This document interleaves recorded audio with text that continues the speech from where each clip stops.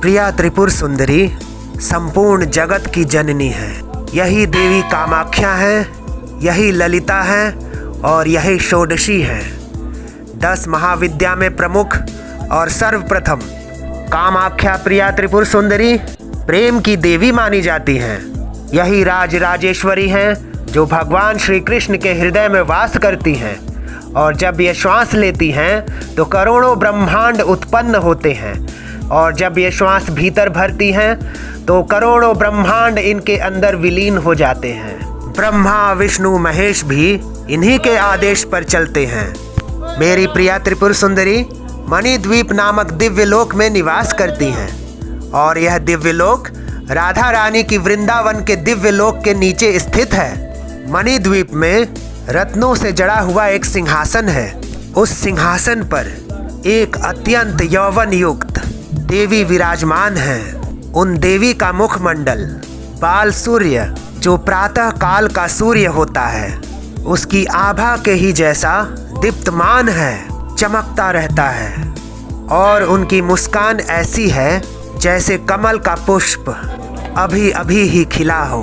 उनकी चरणों में इस प्रकार की किरणें हैं, ब्रह्मा विष्णु महेश और अन्य सभी देवता जन उनकी जो मुकुटमणि है उनसे जो किरणें निकल रही हैं वे उनके उस पाद को, उनके चरणों को बारंबार प्रणाम करते हैं। ऐसी अद्भुत करोड़ों सूर्य के समान कांतिवान मेरी प्रिया त्रिपुर सुंदरी मुस्कुराती रहती हैं। 64 योगिनियाँ उनको चारों तरफ से घेरे हुए उनकी सेवा करती रहती हैं। प्रशांत हिरण्य गर्भ ही शिव हैं जो शिवलोक में अपने 5 मुखों और 5 हाथों के साथ निवास करते हैं और उन्हीं की शक्ति माँ कामाख्या त्रिपुर सुंदरी षोडशी जी हैं। माहेश्वरी शक्ति स्वरूपिणी षोडशी सबसे मनोहर श्री विग्रह वाली सिद्ध देवी है।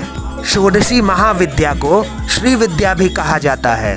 लक्ष्मी, सरस्वती और ब्रह्माणी तीनों लोकों की संपत्ति और शोभा का ही नाम श्री है।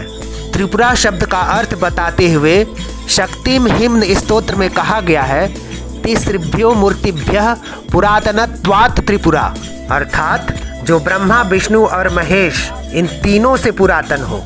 और यहाँ पर त्वात का अर्थ है योनि, जो कामाख्या पीठ निवासिनी के रूप में पृथ्वी पर भी स्थित हैं वही त्रिपुरा हैं।